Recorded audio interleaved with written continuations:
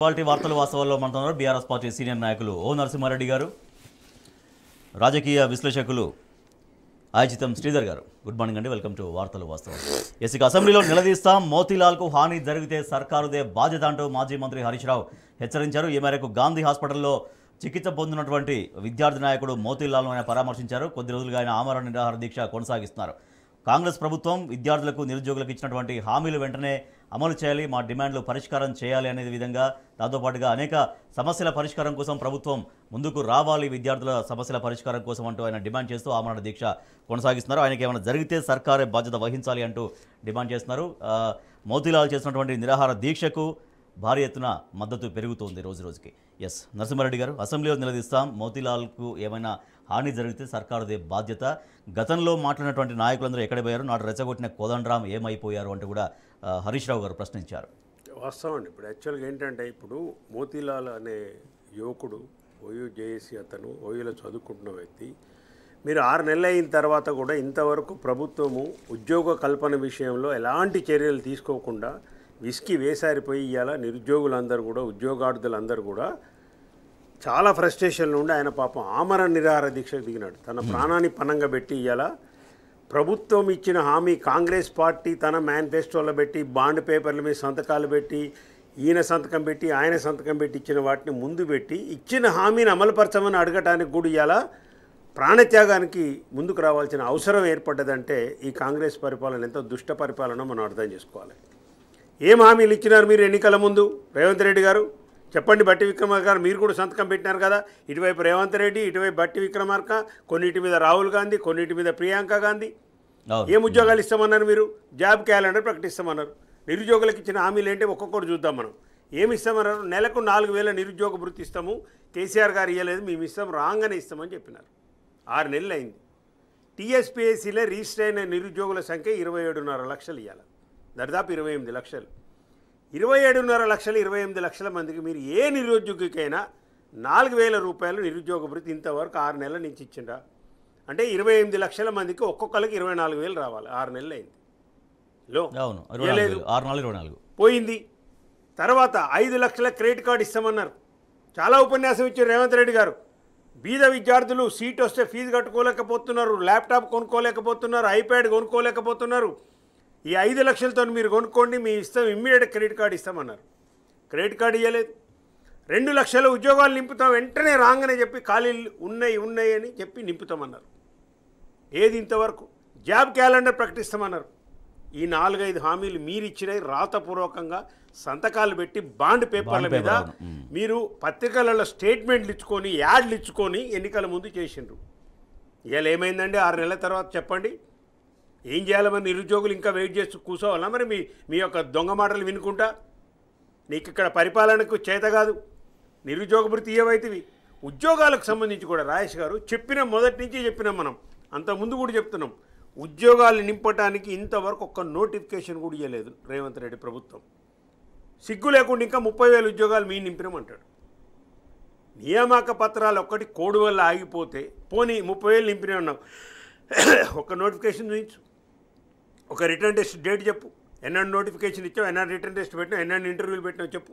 No. KCR గారు ఇచ్చిన 30,000కు నువ్వు ఏమంటారు అపాయింట్మెంట్ లెటర్స్ ఇచ్చినావు. అవి కూడా గందరగోళం అయినాయి. క్రిబ్లో ఆ గిరిజన దాంట్లో అవి కూడా గందరగోళం అండి. మరి నీ జాబ్ క్యాలెండరు జనవరి 1 బాయా, ఫిబ్రవరి 6వ తారీఖు బాయా, మార్చి 14 బాయా, ఏప్రిల్ 2 బాయా. గ్రూప్ 1 అంటివి, గ్రూప్ 2 అంటివి, గ్రూప్ 3 అంటివి ఏది లేదు. ఎవరైనా మాట్లాడుతున్నారండి. నెల రోజుల నుంచి చూస్తున్నాను నేను పత్రికలన్నీ కూడా. వీళ్ళు స్టార్ట్ చేసిన కాంచి నిరుద్యోగులు మొత్తం కూడా ధర్నాలు చేస్తుంటే పోయి ఎతకపోయి జైళ్ళలో పెట్టి దొంగ కేసులు పెట్టుకుంటే మీరు చేస్తున్నారు. నువ్వు పోయి ఢిల్లీలో కూర్చుంటావు.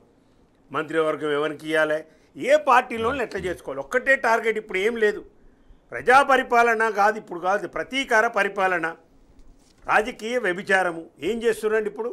ఏ పార్టీని ఎట్లా చీల్చాలి? అధికారం మీకు ప్రజలు ఇచ్చింది దీనికోసమా? పరిపాలన చేయమని కదా మీకు అధికారం ఇచ్చింది. మీకు సంపూర్ణమైన మెజార్టీ ఉంది కదా, 64-65 సీట్లు ఉన్నాయి కదా. ఇంకా దేనికి మీరు ఇప్పుడు చేరికల మీద దృష్టి? ప్రతి మంత్రి, ఈయన ఒక్కడు కాదు, ప్రతి మంత్రి ఇదే లొల్లి. నల్గొండ మంత్రి అదే, కరీంనగర్ మంత్రి అదే, మహబూబ్ నగర్ మంత్రి అదే మాట్లాడతారు. కేసీఆర్ గారి పని అయిపోయింది.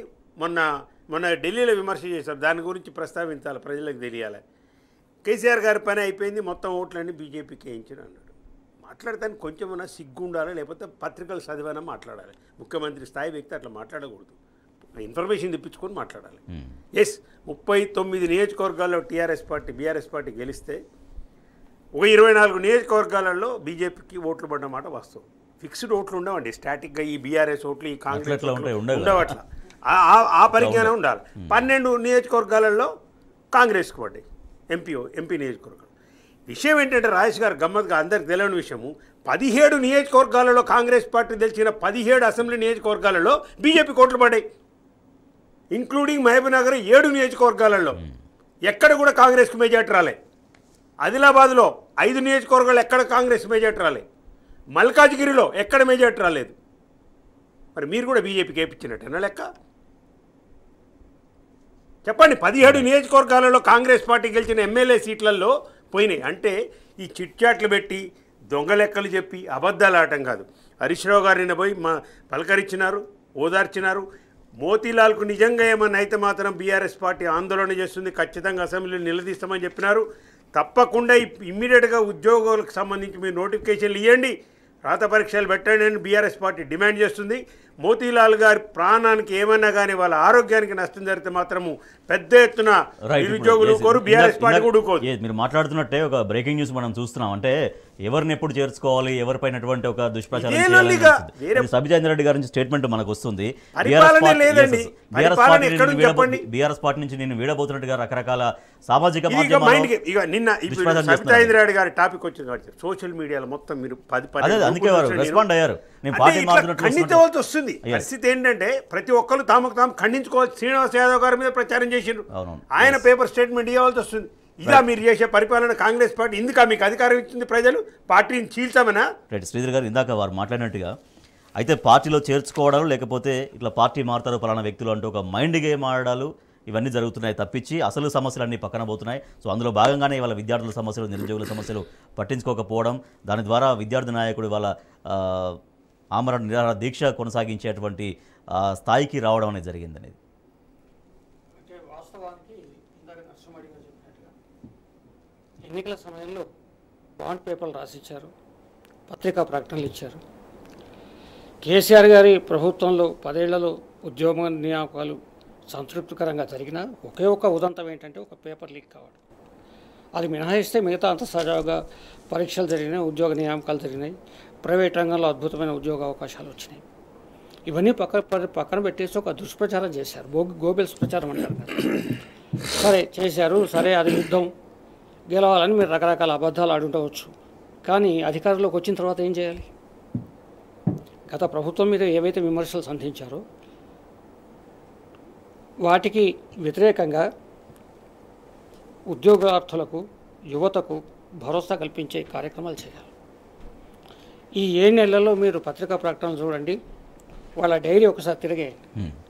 ఏ రోజు కూడా ప్రజా సమస్యల మీద స్పందించినట్టు కానీ, ప్రజా సమస్యలకు సంబంధించి లేదా నిరుద్యోగుల సమస్యలకు సంబంధించి ఒక క్యాబినెట్ భేటీ అయినట్టు కానీ ఎక్కడా రికార్డు లేదు. నాకు అస్తమానం ఇందాక నరసింహారెడ్డి గారు చెప్పినట్టుగా ఈ 7 నెలల్లో ఒక రాజకీయ వికృత క్రీడ ఇందాక సబితాంద్ర రెడ్డి గారు చూస్తున్నాం. ఎవరి మానారో వాళ్ళు పనిచేసుకుంటారు బీఆర్ఎస్ ఎమ్మెల్యేలు. అలాంటి వాళ్ళ మీద బట్టగాల్చి మీదేసే సామెత ఉంది. రకరకాల లీకులు సృష్టించి సోషల్ మీడియాలో దుష్ప్రచారం చేసి వాళ్ళు అటు మారుతున్నారు ఇటు మారుతున్నారని ఒక గందరగోళం సృష్టించి అంటే ఒక రాజకీయంగా ఒక గందరగోళం సృష్టించడం ద్వారా ప్రజల మనస్సు, ప్రజల దృక్పథాలను మళ్లించే ప్రయత్నం చేయడం, నిరుద్యోగులను ప్రత్యేకించి వాళ్ళ ఉద్యమాలు ఏవైతే వస్తున్నాయో ఇప్పుడు మనం చూస్తున్నాం. విచిత్రం ఏంటంటే అసిఫాబాద్లో ఆ మారుమూల ప్రాంతంలో కేసీఆర్ గారి హయాంలో ప్రభుత్వంలో అద్భుతమైన గ్రంథాలయ భవనం కట్టించాము. ఇంతకాలం కేసీఆర్ గారి ప్రభుత్వ హయాంలో అద్భుతంగా చదువుకున్నారు పిల్లలు, పరీక్షలకు సిద్ధమయ్యారు, ఉద్యోగాలు సంపాదించారు. కానీ మొన్న ఒక పేపర్ కటింగ్ నేను చూశాను. ఆ గ్రంథాలయం ముందు పిల్లలంతా ధర్నా చేస్తున్నారు, వెంటనే ఉద్యోగాలు భర్తీ చేయండి. నిన్న హరీష్ రావు గారు మాట అన్నారు, కోదండరావు గారు నోరు విప్పాలని. కోదండరావు గారు 10 ఏళ్లలో ఒంటికాలమే లేచాడు ఉద్యోగాల విషయాల్లో. సరే ఆయన ప్రతిపక్ష పాత్ర పోషించాడు, ప్రభుత్వాన్ని ప్రశ్నించడం ఆయన హక్కు, అది ఎవరు కాదనలేరు. కానీ ఇవాళ ఏం చేస్తున్నాడు అనే ప్రశ్న. మరి ఆయన ఒక 30 ఏళ్ల పాటు ప్రొఫెసర్గా లెక్చరర్గా ఉద్యోగం చేశారు. ఎంతోమంది విద్యార్థులకు పాఠాలు బోధించిన వ్యక్తి ఇవాళ ఆయన ముందుకు రావాలి, వచ్చి నిరుద్యోగుల పక్షాన్ని నిలబడి ప్రభుత్వాన్ని ప్రశ్నించాలి. అవును, ముందుకు వస్తే మరి ఆయన ఎమ్మెల్సీ వీకుద్ది కదా. అంటే ఒక్క ఎమ్మెల్సీ కోసం ఇప్పుడు నువ్వు పెదవిప్పుతలేదన్నట్టు ఇంత లక్షల మంది నిరుద్యోగుల వైపు మాట్లాడవలసిన వ్యక్తి ఇవాళ దేనికోసం ఆగుతున్నాడు? కోదండరామరెడ్డి ఎవరి ప్రాపకం కోసం నువ్వు ఆగుతున్నావా? జవాబు చెప్పు. ఏం మాట్లాడినావు అంతకుముందు? ఇక మాట్లాడతారేమో ఇప్పుడు మాట్లాడతారు. అది రాలే కదా, ఇంకా రిజెక్ట్ అయితే గవర్నర్ నుంచి మాట్లాడతాడు. ఇంకా రిజెక్ట్ కాలే కదా, అది ఆడ పెండింగ్ ఉంది. ఇప్పుడు ఆ పెండింగ్ పోతే అంటే ఒక్క ఎమ్మెల్సీ పదవి కోసం లక్షల మంది విద్యార్థుల జీవితాలతో ఆడుకునే ఒక నిజంగా క్రీడ సార్ అన్నట్టు ఒక వికృత కూడా కోదండరామ్ కూడా ఆడుతుంటే జవాబు మాట్లాడండి. కోదండరామ్ ఎందుకు అస్సలు మాట్లాడతలేని చాలా టీవీలలో అడిగినా, నన్ను ఫోన్ లైన్లో కూడా తీసుకోమని అడిగినా, తీసుకొని మాట్లాడిపోయండి ఒకసారి. అంటే విద్యార్థులు నిరుద్యోగులు సీఎం రేవంత్ రెడ్డి నివాసం దగ్గర వాళ్ళు అక్కడ ధర్నాలు చేస్తున్నారు, అక్కడ నుంచి గాంధీ భవన్ పోతున్నారు. తర్వాత నిన్న కూడా కొంతమంది గాంధీ భవన్ అక్కడ కాంగ్రెస్ నాయకుల్ని అడ్డుకున్నారు. మా విద్యార్థి నాయకుడు ఆమరణ దీక్ష కొనసాగిస్తున్నాడు, సీఎం తోటి మాట్లాడించండి, భేటీ ఏర్పాటు చేయించండి అనేది. ఆరోగ్యం ఆందోళనకరంగా ఉంది. ఇవాళ ముఖ్యమంత్రి ఎక్కడెక్కడికో పోతున్నారు కదా, ఇళ్లలోకి పోయి కండువాలు కప్పుతున్నారు కదా బీఆర్ఎస్ పార్టీ ఎమ్మెల్యేలు. మరి వాళ్ళ ముఖ్యమంత్రి గాంధీ హాస్పిటల్ పోవాలి, రైట్, పోయి హామీ ఇవ్వాలి ప్రభుత్వం తరఫున. ఇచ్చినప్పుడే నిరుద్యోగులు నమ్ముతారు. కానీ అస్తమానం ఢిల్లీ యాత్రలు, మంత్రి పదవులు, పైరవీలు, కార్పొరేషన్ పదవులు, దీని చుట్టే తిరగడం, వీలైతే బీఆర్ఎస్ ఎమ్మెల్యేలు లాక్కోవడం, ఇక్కడిక్కడే 7 నెలలు ఈ ప్రభుత్వం దగ్గర. ఇదే అంటే శ్రీధర్ గారు చెప్పినట్టు నీ ప్రయారిటీస్ ఏంది? ఇప్పుడు రేవంత్ రెడ్డి ప్రయారిటీస్ ఏంటంటే మోతీలాలు చచ్చిపోయిన ఆమెను చేసినా పోను, నిరుద్యోగుల దగ్గరికి పోను, ఇతరుల దగ్గరికి పోను. కానీ ఎమ్మెల్యేలు లేవకముందు 7 గంటలకి పోయి వాళ్ళ ఇంటికాడ కూర్చొని కండవ కప్పు వస్తారు. అంటే నీ ప్రాధాన్యత క్రమంలో విద్యార్థులు లేరు, రైతులు లేరు, నిరుద్యోగులు లేరు, మహిళలు లేరు, 2500 ఇయ్యలే, గ్యాస్ పోయింది, రైతు భరోసా పోయింది, అన్ని పోయినాయి.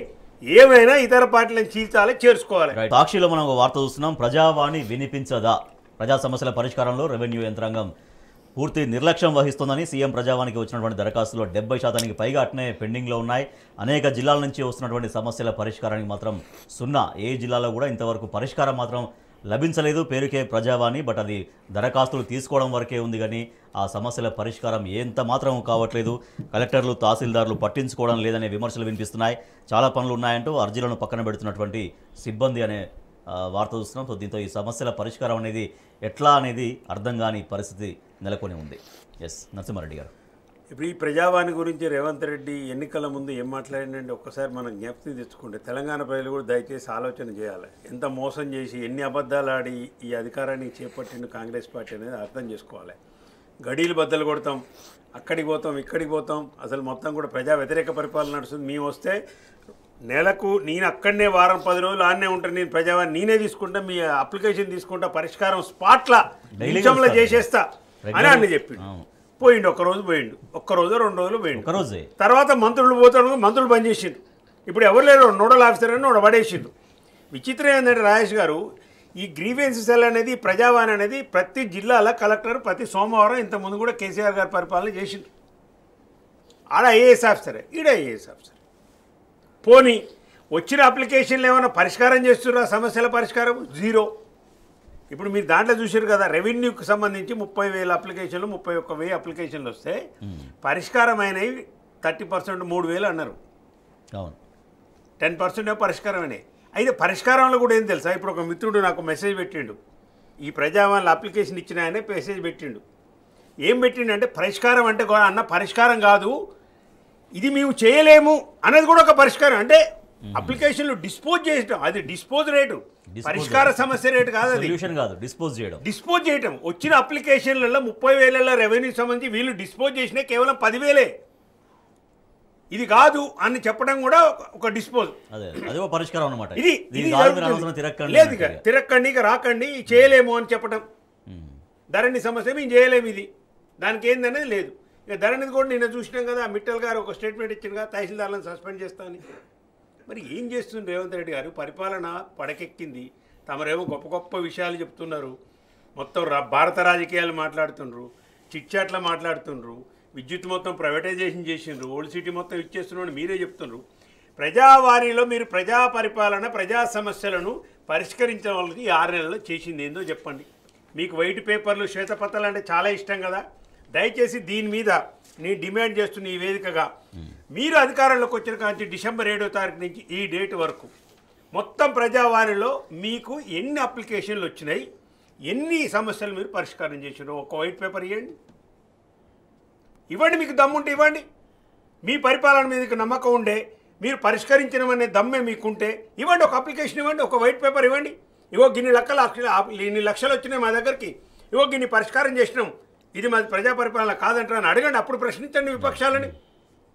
నువ్వు పరిష్కారం చేయవు, ప్రజలను పట్టించుకోవు, నీకు ఎంతసేపు ఉన్న అధికారము పార్టీలను ఇప్పటిగా రోజు ప్రజలు నేనే కలుస్తా, నేనే వాళ్ళ దగ్గర అప్లికేషన్స్ ఎంత తీసుకుంటా అబద్ధాలండి. ప్రజలకు బాగా నమ్మకం కలిగింది. నిజంగా సమస్యలు నేరుగా ముఖ్యమంత్రి గారికి చెప్పుకోవచ్చు అనే నమ్మకం కలిగింది. సో ఆ నమ్మకం ఇప్పుడు లేదు కదా ఇక. స్పష్టంగా ఇవాళ గత 6 నెలల తర్వాత జరిగింది. ప్రజాస్వామ్యం అంటే ఎన్నికలే కాదండి. ప్రజాస్వామ్యంలో చట్టబద్ధ పరిపాలన ఉండాలి. నువ్వు ఇచ్చిన హామీలను నిలబెట్టుకోవాలి. ఎన్నికల్లో ఒక పార్టీ గెలుస్తుంది, ఓడుతుంది, అది వదిలిపెట్టండి. నువ్వు పచ్చి అబద్ధాలు ఆడి అధికారంలోకి వచ్చిన తర్వాత కేసీఆర్ మీద వ్యతిరేకతను ఓట్లేలే. ఈ 2000 4000 చేస్తారు, ఈ 4000 10,000 అవుతుందనే దాంట్లో వేసారు. నువ్వు చెప్పిన విషయాలు 6 నెలల్లో రేవంత్ రెడ్డి గారు మీరు చేసింది ఏందో దయచేసి ప్రజలకు తెలియజేయండి. ప్రజావాణి విషయాలనే చెప్తున్నాను. ఇన్ని అప్లికేషన్లు వస్తున్నాయి కదా, ఒక మంత్రిని కూర్చోబెట్టినవా, నువ్వు పోయినవా, ఏం చెప్పిండేయాలా? ఇటువైపు రెవెన్యూ మంత్రి, ఇటువైపు హోంమంత్రి, అందరు మంత్రులు ఇక్కడనే ఉంటారు, క్యాబినెట్ మొత్తం ఇన్నే ఉంటుంది, సెక్రటరీలు వెనకాల ఉంటారు. తక్షణం ఇట్లా రాగానే చిటికేసినట్టే పరిష్కారం చేస్తా అన్నారు. దొంగ అబద్ధాలు, దొంగ పరిపాలన. ఎంతసేపు ఉన్నా అధికారంలో వానికి ఎన్ని డబ్బులు ఇవ్వాలి, ఎవరి దగ్గర నుంచి డబ్బులు వసూలు చేయాలి, అధికారంలో పైన వాళ్ళ యొక్క అధిష్టానాన్ని కప్పమెట్లా కట్టాలి, నెలక 200 కోట్లు 150 కోట్లు కట్టడం, ఇది తప్పితే ప్రజలు అసలు వాళ్ళ లేరండి ఇప్పుడు. సో ప్రజావాణి సమస్యలు అంటే జిల్లాల పెండింగ్ లో ఉన్నాయి. ఇక్కడ నేరుగా అక్కడ ప్రగతి భవన్, ప్రజాభవన్ లో వచ్చినటువంటి ప్రగతి భవన్ లో వచ్చినాయి. అదే ఓన్లీ ప్రజాభవన్ సంబంధించినవే. సో నేరుగా నేనే మీ సమస్యలు, మీ అప్లికేషన్స్ తీసుకుంటాను, పరిష్కారానికి అక్కడక్కడ చేయడం, సో ప్రొసీజర్ చేస్తామని చెప్పినప్పుడు ప్రజలకు చాలా నమ్మకం కలిగింది. నేరుగా ముఖ్యమంత్రి మన సమస్యలు వింటారట అని. బట్ ఆ ప్రొసీజర్ అనేది టోటల్గా ఎక్కడా కనిపించట్లేదు. ముఖ్యమంత్రి ఒకే ఒక రోజు కలిసారా, ప్రమాణ స్వీకారం చేసిన నెక్స్ట్ డే, అది కూడా కొద్దిసేపు కలిసారు, ఢిల్లీకి వెళ్ళారు. సో మరి ఇప్పుడు ఈ సమస్యల పరిష్కారం ఎట్లా అనేది ఒక ప్రశ్న. అంటే ఆ ప్రగతి భవన్ చుట్టూ ఒక ఎమోషనల్, ఒక భావోద్వేగ వాతావరణం సృష్టించింది కాంగ్రెస్ పార్టీ.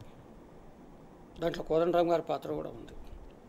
గేట్లు బద్దలు కొడతాం, గోడలు బద్దలు కొడతాం, ఆక్రమించుకుంటాం, ఇవన్నీ చెప్పారు. వాస్తవానికి అది ప్రభుత్వ ఆస్తి. అది ఎవరు ఏది కట్టినా ఇవాళ సెక్రటరేట్ కేసీఆర్ గారు కట్టి మన ముఖ్యమంత్రి గారు కూర్చుంటున్నారు, పరిపాలన చేస్తున్నారు.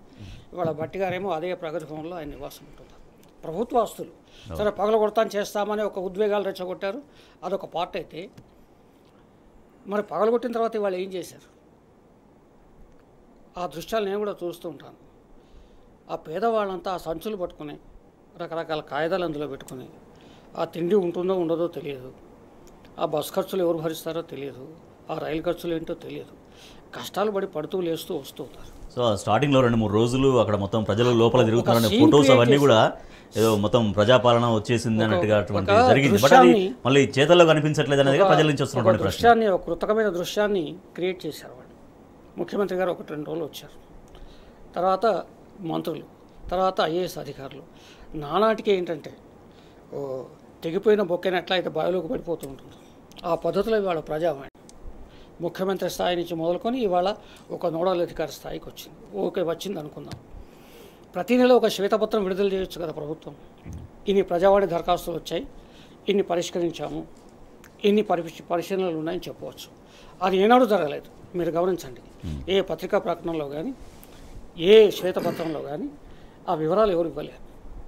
అంటే ఏంటంటే ప్రజల్ని మభ్యపెట్టి, వాళ్ళని ఇబ్బంది పెట్టి, వాళ్ళని వ్యయ ప్రయాసాలకు గురి చేసి హైదరాబాద్ దాకా రప్పించి వాళ్ళు పనులన్నీ మానుకొని, ఒక సామాన్యుడి జేబులో ఖర్చే కాదు, ఆ రోజు సామాన్యుడు హైదరాబాద్కి వచ్చాడంటే వాడి కూలీనాలు కూడా పోతుంది, జీవనోపాధి పోతుంది.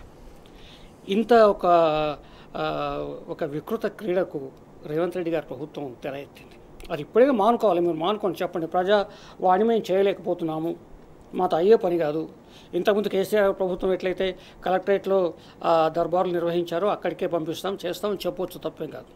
చెప్పకుండా ఇప్పటికి కూడా ప్రజల్ని మోసం చేస్తున్నారు, నిరంతరంగా మోసం. రాసేది కూడా అక్కడికేనండి రాజేష్ గారు. రెవెన్యూ సెక్రటరీ నేను ఒక అప్లికేషన్ ఇచ్చిన, రెవెన్యూకి సంబంధించి నా భూమి బళ్ళ ఏదో ఒకటి ఇచ్చిన. ఏం చేస్తారు ఇక్కడ ఆయన నోడల్ ఆఫీసరు ఎవరికి రాస్తారు? డైరెక్ట్ కలెక్టర్కు. నల్గొండ కలెక్టర్ రాస్తాడు. మళ్ళీ కలెక్టర్ పోయి అక్కడ కలవాలి మళ్ళీ.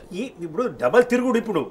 ఇప్పుడు ఈ పోయిన వాళ్ళు పాపం పేద ప్రజలు ఇంతకుముందు శ్రీధర్ గారు అన్నట్టు అక్కడ అప్లికేషన్లు ఇస్తున్నారు, ఇక్కడ అప్లికేషన్లు ఇస్తున్నారు, ఇక్కడ ఏటం వేస్ట్ అని మొదటి నుంచి చెప్తున్నాం. తలకాయ బదులు అప్పుడు ముఖ్యమంత్రి గారు కేసీఆర్ గారు ఇదే చెప్పేది, ప్రజావాణి ఇక్కడ పబ్లిక్ ఇక్కడ కాదు సమస్య అక్కడ జిల్లాల పరిష్కారం అవుతుంది. 33 జిల్లాలు పరిపాలన వికేంద్రీకరణ జరిగి ఉన్న 10 జిల్లాలను 33 జిల్లాలు చేసి పరిపాలన ప్రజలకు అందుబాటులో తెచ్చి వికేంద్రీకరణ చేసి కలెక్టరేట్లు దగ్గరకు వచ్చినాయి. కొత్త కలెక్టరేట్ బిల్డింగ్లు కట్టారు. దాంట్లోనే కలెక్టర్ ఉంటాడు, దాంట్లో ఆడియో ఉంటాడు, దాంట్లో ఒక ఎంఆర్ఓ ఉంటాడు.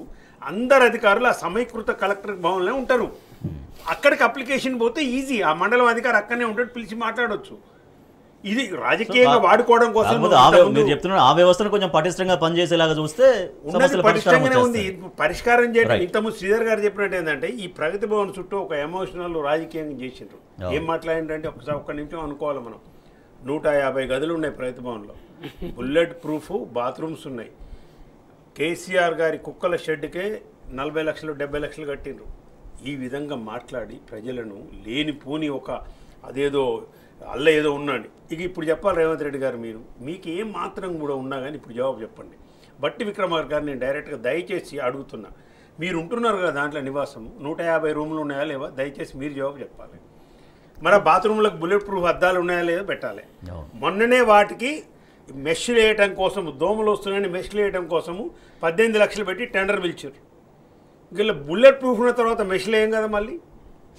పచ్చి అబద్ధాలు. ఇప్పుడు చూడండి, దుబారా ఖర్చు నేను చేయనంటున్నాడు. ఎంత దుబారా అంటే రేవంత్ రెడ్డి గారు చేసేది. ఇప్పుడు మర్రి చెన్నారెడ్డి మానవరాలు దాంట్లో 40 ఎకరాలు ఉన్న దాంట్లో 10 ఎకరాలలో 5 ఎకరాలలో ఇప్పుడు ఆయన సీఎం క్యాంప్ ఆఫీస్ కడుతున్నాడు. ఇది దుబారా కదా అండి? క్యాంప్ ఆఫీస్ లేదా ఇప్పుడు సీఎం క్యాంప్ ఆఫీస్ లేదా అండి? ప్రగతి భవన్ అదే దుబారా కదా. ఈ 1000 కోట్ల రూపాయలు పెట్టి ఇప్పుడు నువ్వు అక్కడ క్యాంప్ ఆఫీస్ కట్టడం అవసరమా? కేసీఆర్ తను ఇష్టం వచ్చినట్టు కట్టుకుని ఉన్న దాంట్లో కట్టిన దాంట్లో ఎందుకు ఉంటలేవు నువ్వు? చెప్పు, జవాబు చెప్పు. ఇప్పుడు ఇది దుబారా కదా? ఒక్క పైసా దుబారా చేయం మేమన్నావు. ఏం దుబారా చేయట్లేదు? నువ్వు చేసిన అన్ని దుబారా ఖర్చులే ఇప్పుడు నువ్వు చేసేది. ఈ ఢిల్లీ పోయే ఖర్చులు ఈ నెల మొత్తం 10 రోజులు ఆయన ఢిల్లీలో ఉన్నాడు. జూన్ మొత్తంలో 12 రోజులు ఢిల్లీలో ఉన్నాడు. ఈయనతో పాటు ఈయన మంత్రివర్గం అంతా ఢిల్లీలో ఉంది మొదటి నుంచి. అందుకే బీఆర్ఎస్ పార్టీ మేము చెప్తున్నాము, ఈ జాతీయ పార్టీలకు అధికారం ఇస్తే ఇంకొక విషయం చెప్పనా మీకు, ఏఐసిసి నుంచి అప్పటి నుంచి ఇప్పటి వరకు ఇన్ఛార్జ్ ఆమె లేడీ, వారి పేరు ఏదో ఉంది ఇప్పుడు, దీప్దాస్ మున్షి. ఈ దీప్దాస్ మున్షి ఎందుకు ఉంటున్నారో చెప్పండి, నాకు అర్థం కాలే. అదే విషయం చెప్పాలి, కాంగ్రెస్ నాయకులు కూడా జవాబు చెప్పాలి. ఎందుకు ఆమె ఇక్కడ ఉంటున్నారు? ప్రభుత్వ కార్యక్రమాలలో కుర్చీలు వేసుకొని కూర్చుంటున్నది. ప్రభుత్వ కార్యక్రమాలలో కూడా ఆమె పార్టిసిపేట్ చేస్తున్నారు వారు. ఇదే చెప్తున్నాం మేము. ఢిల్లీ వాళ్ళ గుత్తాధిపత్యంలోనే మళ్ళీ తెలంగాణ రాజకీయము, తెలంగాణ పరిపాలన, తెలంగాణ ప్రజల యొక్క భవిష్యత్తు ఢిల్లీ వాళ్ళ దయాదాక్షిణ్యాల మీద ఆధారపడి ఉంటాయి అనడానికి నిదర్శనం ఇక్కడ. ఇప్పుడు నిర్ణయాలు ఏవి జరుగుతలేవు. కృష్ణా బోర్డు ఇస్తే మాట్లాడరు, ఇప్పుడు గోదావరికి సంబంధించి మాట్లాడరు. ఇప్పుడు మేడిగడ్డ అంటే నెల ఒకటి పెడతారండి. ఒక నెల ఫోన్ ట్యాపింగ్ అయిపోయింది, ఏమీ లేదు. అలా మొదటి మేడిగడ్డ అన్నారు, కాళేశ్వరం అదే అయిపోయింది. రిపేర్లు మొదలుపెట్టిండ్రు. ఇప్పుడు లేటుగా మొదలుపెట్టిన తర్వాత జరిగే నష్టం ఏంటంటే నిన్ననే ఆల్రెడీ గేట్లు తెరవాల్సి వచ్చింది. ముందే మొదలు పెడుతుంటే కేసీఆర్ గారు చెప్పినట్టు అది జరుగు, అది పోయింది. ఇప్పుడంటే ఏదో పత్రికలు చదివిన రేపటి నుంచి అంటే 1st, 2nd, 3rd తారీఖు నుంచి మళ్ళీ ఒక వైట్ పేపర్లు గత ప్రభుత్వం చేసిన అక్రమాలకు సంబంధించి, గత ప్రభుత్వ అక్రమాల సంగతి పక్కన పెట్టి ఇప్పుడు ప్రజావాణికి సంబంధించి వచ్చిన అప్లికేషన్లు ఇవ్వండి.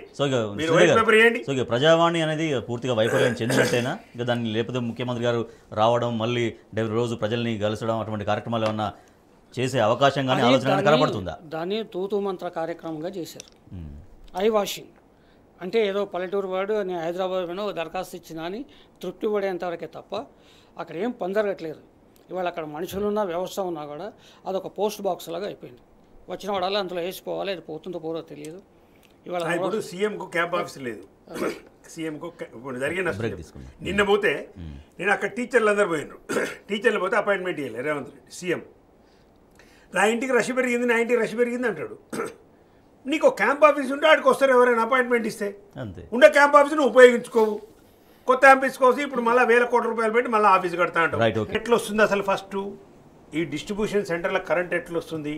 ప్రభుత్వ రంగంలో ఉన్న విద్యుత్ సంస్థల నుంచి మనం వేల కోట్ల రూపాయలు పెట్టి బొగ్గుకొని ఒక యూనిట్ విద్యుత్ ఉత్పత్తి చేస్తే దాంతో వేల లక్షల కొద్ది లైన్ల కిలోమీటర్ల ప్రయాణం చేసి ఈ డిస్ట్రిబ్యూటర్ సెంటర్ కరెంట్ చేస్తుంది.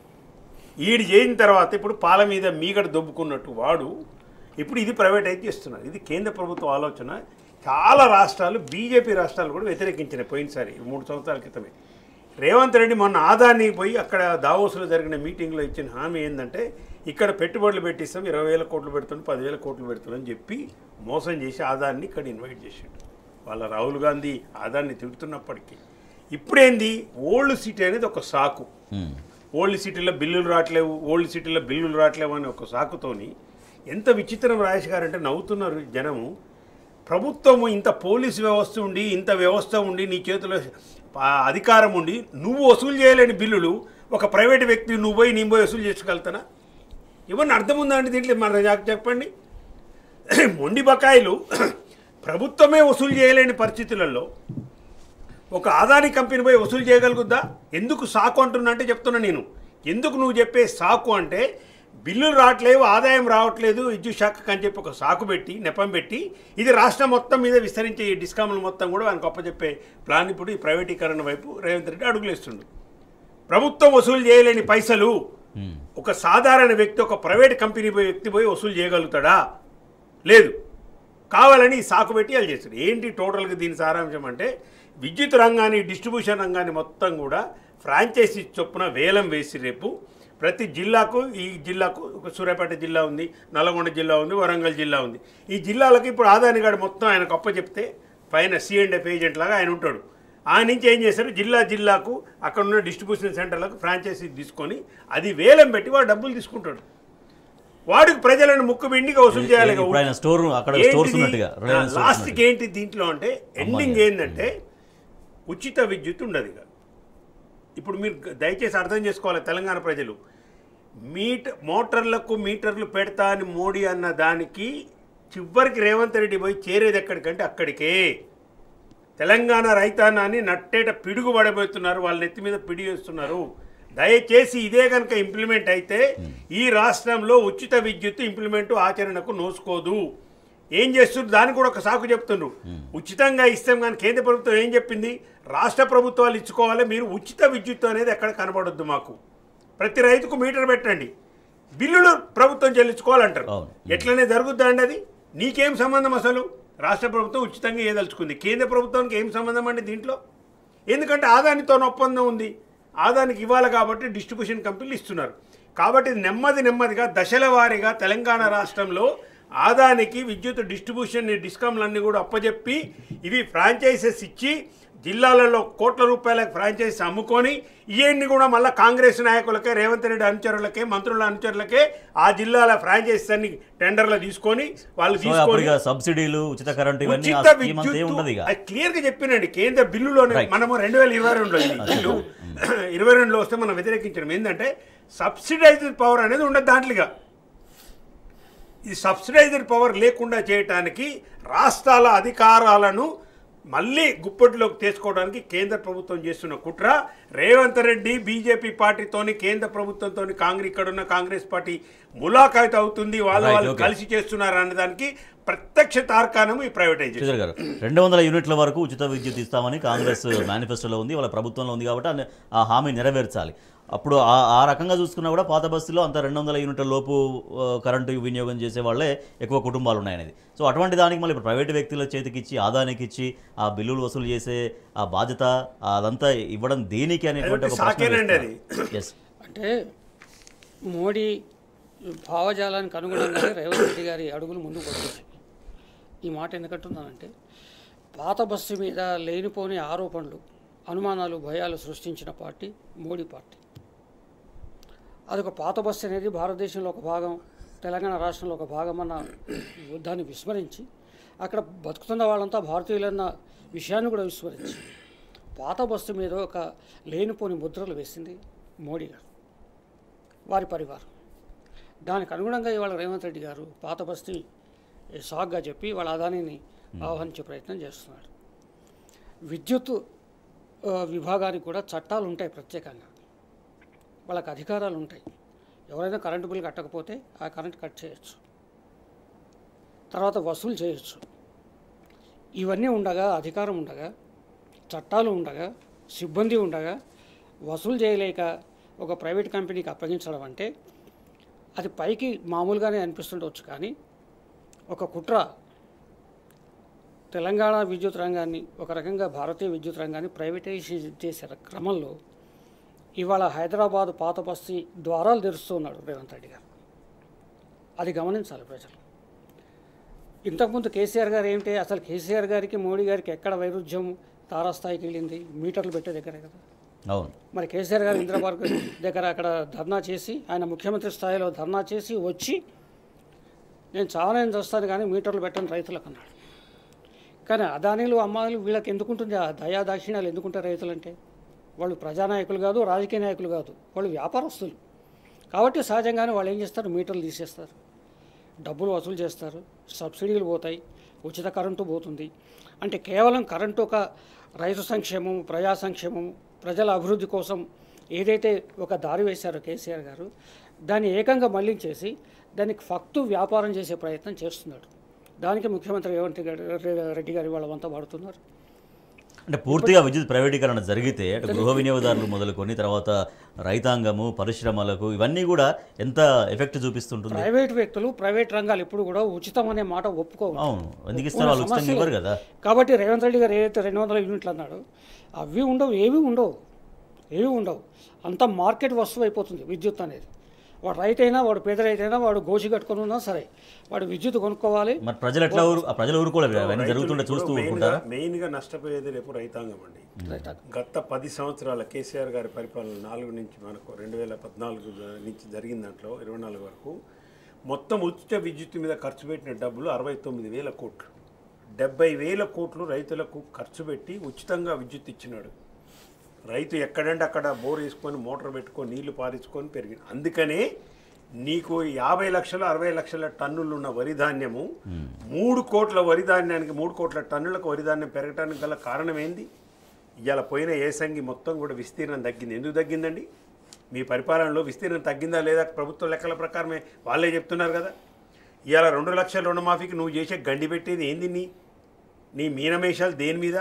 కుటుంబానికి 2 లక్షలు ఇస్తాడంట. ఇది ఎక్కడ అన్యాయమండి? కుటుంబంలో ఇప్పుడు తండ్రి దగ్గర నుంచి పంచుకొని 4 కొడుకులు ఉంటే 4 భాగాలు 4 ఖాతాలు వచ్చాయి. ఇప్పుడు ఈ 4 ఖాతాలు కలిపి 2 లక్షలు ఇస్తారంట.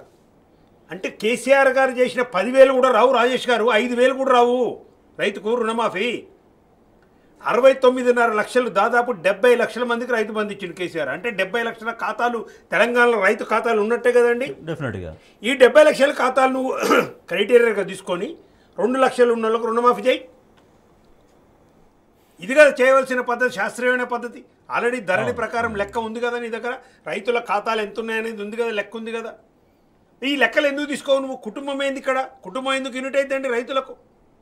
ఎప్పుడో డివైడ్ చేసి, అంటే రేషన్ కార్డు మీద ఉంటేనంటే దాని మీద కుటుంబాన్ని యూనిట్గా తీసుకుందాం, ఇది ఎట్లుంటుంది అని ఒక చర్చ పెట్టిండు. ఇవన్నీ లీకులు, రోజు ఒక లీకు. ఇట్లనే నేనేమంటున్నా, అసలు మీకు ప్రయారిటీస్ ఏంది రేవంత్ రెడ్డి గారు? మీ ప్రయారిటీస్ మీ అధిష్టానాన్ని సంతృష్టిపరచడమేనా? ఎంతసేపు ఉన్నా డబ్బులు వసూళ్ళు. ఇప్పుడు ఏందండి 6 నెలలు 6 స్కాములు 7 స్కాములు బయటపడలే కాంగ్రెస్ పరిపాలనలో.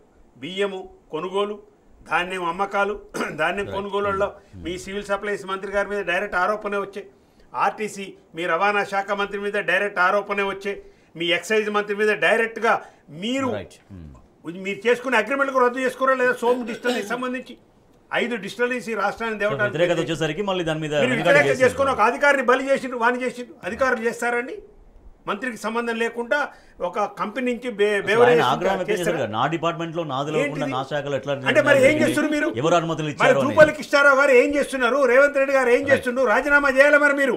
మీకు తెలియకుండా ప్రభుత్వ విధానాలను మీ అధికారులు నిర్ణయిస్తుంటే మీరేం పండుకుంటురా, నిద్రపోతున్నా, ఏం చేస్తున్నారు మరి మీరు? దేనికి మీకు అధికారం? మరి దేనికండి కృష్ణారావు గారు మీరు మంత్రిగా ఉండి మీకు తెలియకుంటే మీ ప్రభుత్వం మీ శాఖలో అధికారాలు అగ్రిమెంట్ చేస్తుంటే వాళ్ళ అధికారం చెలాయిస్తున్నా మీరు ఏం చేస్తున్నట్టు? మరి చివరిగా శ్రీధర్ గారు, సో మా మంత్రులకు డెఫినెట్గా శాఖల పైన పట్టు ఉండాలి, దాంట్లో శాఖలో ఏం జరుగుతుందనేది తెలిసి ఉండాలి. తద్వారా సరే ఎటువంటి నిర్ణయాలైనా కూడా ప్రొసీజర్ ప్రకారం వెళ్తాయి. బట్ వాళ్ళకి తెలియకుండానే నిర్ణయాలు జరిగితే, దాని ద్వారా ప్రజలకు ఎఫెక్ట్ అయ్యేటువంటి నిర్ణయాలు జరిగితే ఎవరిది బాధ్యత అనేది? అది ఎక్సైజ్ శాఖ మంత్రి ప్రకటన చేస్తుందో అది హాస్యాస్పదం. అది నాకు తెలియకుండా ప్రభుత్వ కార్యకలాపాలు జరుగుతున్నాయంటే అసలు మంత్రిగా ఎందుకు మరి ఆయన నుండి ప్రజలు ప్రశ్నిస్తారు కదా సహజంగానే. అది చాలా హాస్యాస్పదమైంది. అసలు అది బాధ్యత రాహిత్యమైన ప్రకటన. మంత్రికి తెలిసి జరుగుతాయి, ఏవైనా తెలియకుండా జరిగే సమస్య లేదు. ఒక అధికారి ఒక పాలసీ నిర్ణయం తీసుకోవాలనుకున్నప్పుడు మంత్రికి తెలియకుండా అడ్డగోలుగా సంతకాలు చేయరండి. చిన్న చిన్న కార్పొరేషన్ చైర్మన్లు, చిన్న చిన్న జిల్లా పరిషత్ చైర్మన్లు అన్నీ అడగకుండా ఏ పనులు జరగవు. అంటే మంత్రిని జరగకుండా ఒక రాష్ట్ర స్థాయి విధానాలు రూపొందించడం జరగదు. అది కేవలం ఉద్యోగుల మీద నెట్టేసి, అధికారుల మీద నెట్టేసి తప్పించుకునే ప్రయత్నం తప్ప అది నిజంగా మాత్రం అది చాలా హాస్యాస్పదమైంది. అది జూపల్లి కృష్ణారావు గారు సరే ఆయన ఏ ఉద్దేశంలో ఉన్నాడో ఎట్లా ఉన్నాడో కానీ మొత్తానికి మాత్రం ఉద్యోగులను బలిపశువులు చేయొద్దు. మీకు తెలియకుండా ఏమీ జరగదు. మీరు బాధ్యత వహించండి, ప్రజలకు క్షమాపణ చెప్పండి, ఏదో సరిదిద్దుకోండి అంతే. Right. Thank you so much Ajitham Sridhar గారు. Thank you so much O Narasimha Reddy గారు. ఇది ఇవాల్టి వార్తలు వాస్తవాలు. చూస్తూనే ఉండండి టీ న్యూస్.